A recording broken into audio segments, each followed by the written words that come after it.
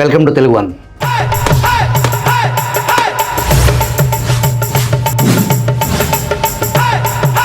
Vallabhaneni Vamsi arrest పరిణామాల కథలో police అధికారులే అసలు హీరోలు. వంశీ అరెస్టులో గన్నవరం ఎమ్మెల్యే యార్లగడ్డ వెంకట్రావు పాత్ర ఏమైనా ఉందా? వంశీ తరచూ యార్లగడ్డ వెంకట్రావుకు, మాజీ మంత్రి దేవినేని ఉమకు ఫోన్ చేసేవాడా? ఫోన్ చేసి ఏం మాట్లాడేవాడు? వంశీ అరెస్టు లోగుట్టు కథనం చూద్దాం.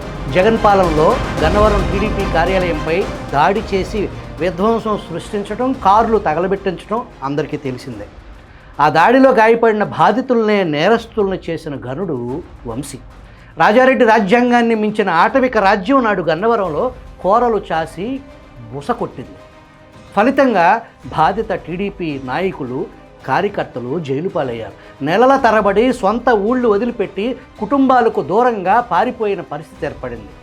తాము గెలిపించుకున్న సొంత పార్టీ ఎమ్మెల్యే తమ పాలిట చేస్తున్న రాకాసి రాజకీయం దెబ్బకు చిగుటాకుల్లాగా వడికిపోయిన వారు కొందరైతే, వీరుల్లా పోరాడిన కార్యకర్తలు మరికొందరు. వల్లభనేని వంశీ మొన్న ఎన్నికలకు ముందు వరకు తన రాజకీయ ప్రత్యర్థి యార్లగడ్డ వెంకట్రావుకు తరచూ ఫోన్ చేయటం, భూత పురాణంతో ర్యాగింగ్ చేసేవాడంట. వంశీ నెంబర్ యార్లగడ్డ ఫోన్లో బ్లాక్ చేసి ఉంటుందంట. వంశీకి మూడొచ్చినప్పుడల్లా పక్కనున్న వాళ్ళ ఫోన్ తీసుకుని యార్లగడ్డకు ఫోన్ కొట్టేవాడంట. వంశీ గొంతు వినపడగానే యార్లగడ్డ ఫోన్ పెట్టేసేవారంట.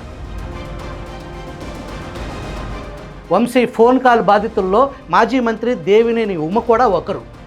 ఆయన అంతేనంట. వంశీ గొంతు వినపడగానే ఉమ ఫోన్ పెట్టేసేవారంట. ఉమా సన్నిహితులు వంశీకి గట్టిగా ఇచ్చి పడేయచ్చుగా అంటే, వాడి స్థాయి ఏంటి, నా స్థాయి ఏంటి, వాడు లోఫర్ అని దేవినేని ఉమ వ్యాఖ్యానించేవారంట. సరే, అసలు విషయానికి వద్దాం. నాడు తెలుగుదేశం పార్టీ కార్యాలయంపై దాడి సంఘటనపై కార్యాలయ కంప్యూటర్ ఆపరేటర్ సత్యవర్ధన్ నాడు పోలీసులకు ఫిర్యాదు చేశాడు.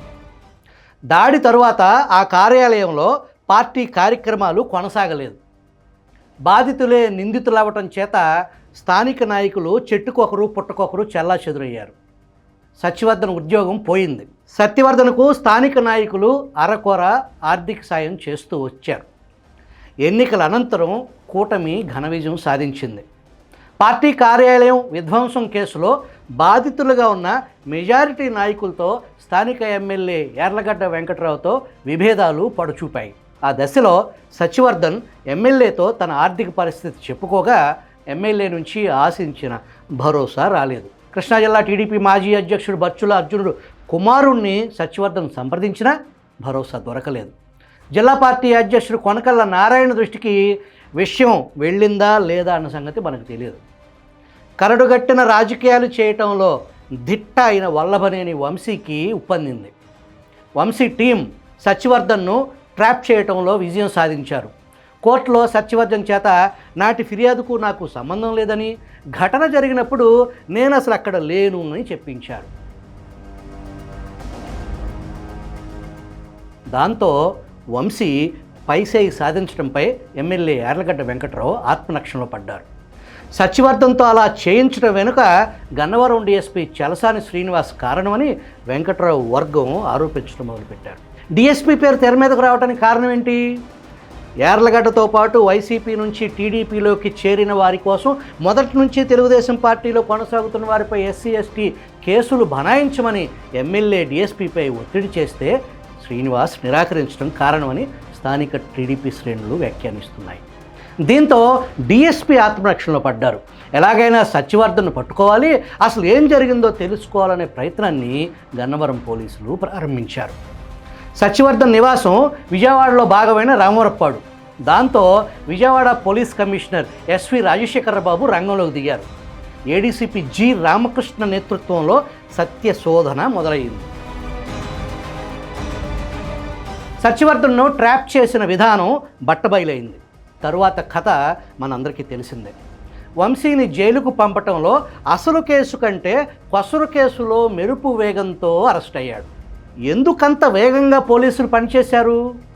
బాధ్యతలు అప్పగించిన పోలీసుల్లో కసి వంశీని జైలుకు పంపించింది.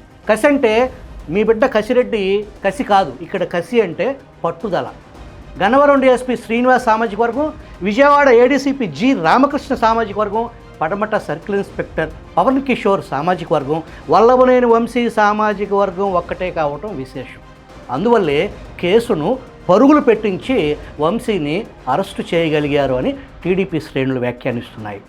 Vijayawada police commissioner SV Rajasekhar Babu, ADCP Ramakrishna, Padamata CI Pawan కిషోర్ను Telugu Desam శ్రేణులు పొగడ్తలతో ముంచెత్తుతున్నారు.